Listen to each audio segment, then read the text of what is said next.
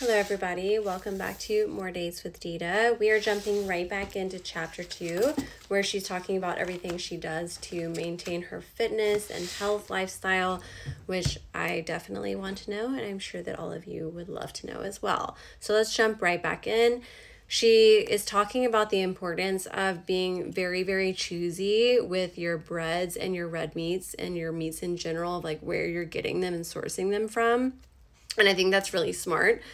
When I do enjoy animal protein, it tends to be on my travels, far away from my kitchen. I tend to dine out more often, and the lack of good vegetarian options in many parts of the world means I'm usually better off ordering the best meat or fish I can find. In contrast, Los Angeles has so many accessible vegan options, be they restaurants, markets, or my kitchen. I started interspersing meatless meals of grilled seasonal vegetables, buckwheat soba noodles, quinoa, and colorful salads in my overall daily diet as a way to balance what I consume.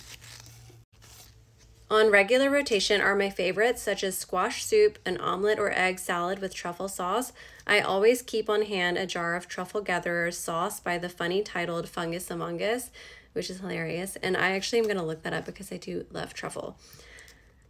Sweet potato roasted with curry, turmeric, and coconut oil. Yum. A green salad with homemade oil-free tahini and almond butter dressing I've pre-made, or grilled chicken smeared with one of my fancy mustards.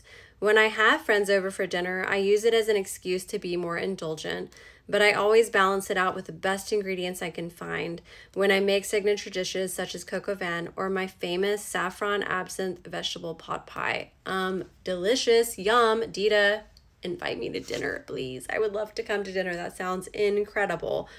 One of the best reasons for cooking at home for myself or for others, the leftovers. I was raised to finish my plate or save whatever was left for later. So when I had a boyfriend who refused to eat any sort of leftovers, I knew there was something awry. What kind of guy won't eat a turkey sandwich the day after Thanksgiving? Red flag. And that's so funny. I don't love leftovers. I will eat them if I make food. If I make food, or Thanksgiving, obviously, delicious leftovers. But like as far as eating out, I rarely eat my leftovers. I cannot. There's something about reheating the restaurant food. It is just never as good. Something is weird.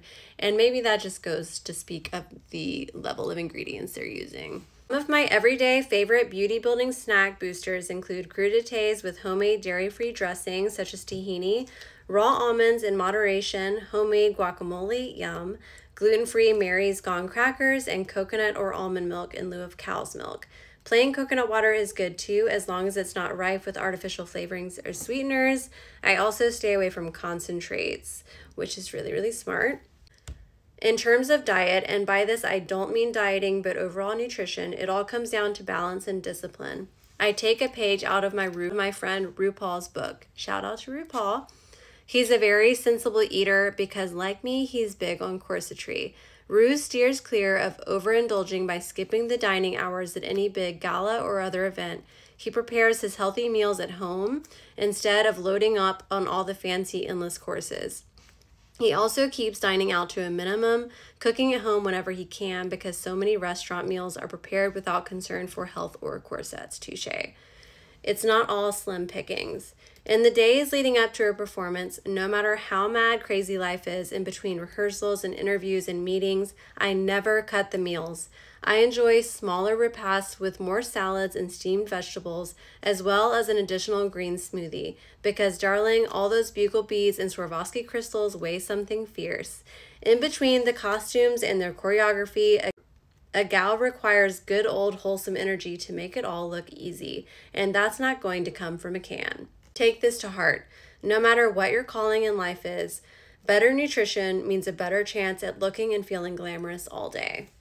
Of course, living is also about enjoying a fabulous meal with friends.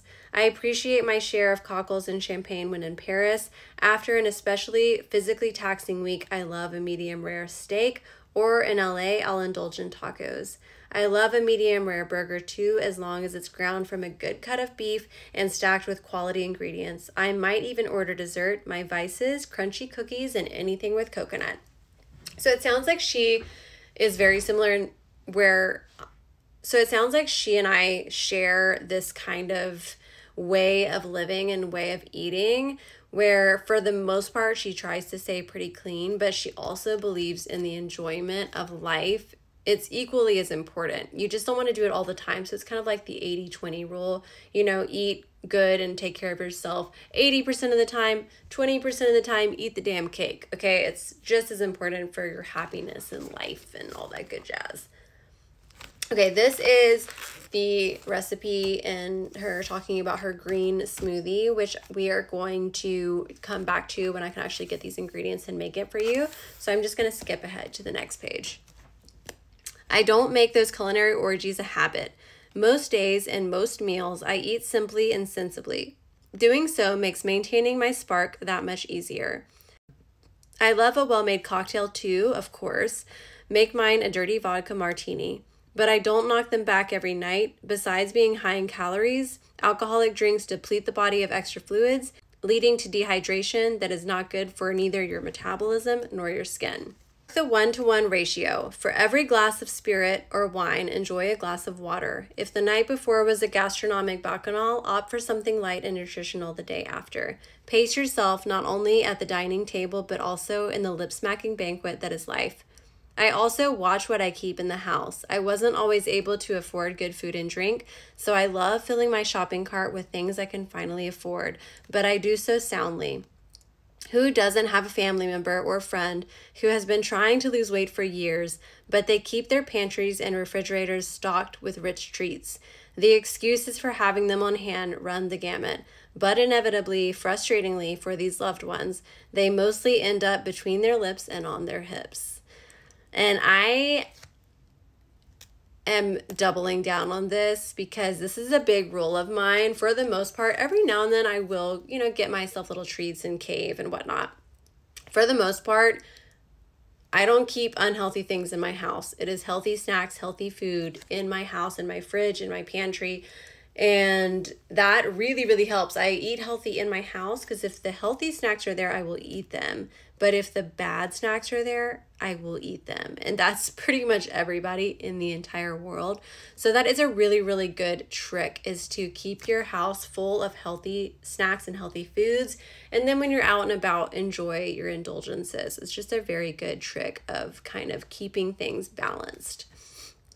Gorging, binging, and starving are no way to live, nor is being thin the be-all and end-all. There are some Zaftig lovelies who are much more physically fit and sexier than some of the size zeros scampering around town these days. Beth Ditto and Adele put on seductively high-energy performances. Beth is among many women of all shapes and sizes that Jean-Paul Gaultier selected to open his collections.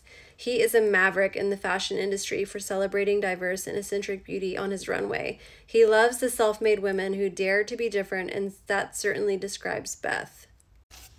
Okay, I'm going to stop right there because the next little bit is kind of going in a different direction. And the next time I see you, I'm going to go over this green smoothie that she consumes multiple times a day, apparently. And we're going to try it out, and I'll let you know what I think and also how it tastes and how I feel, etc.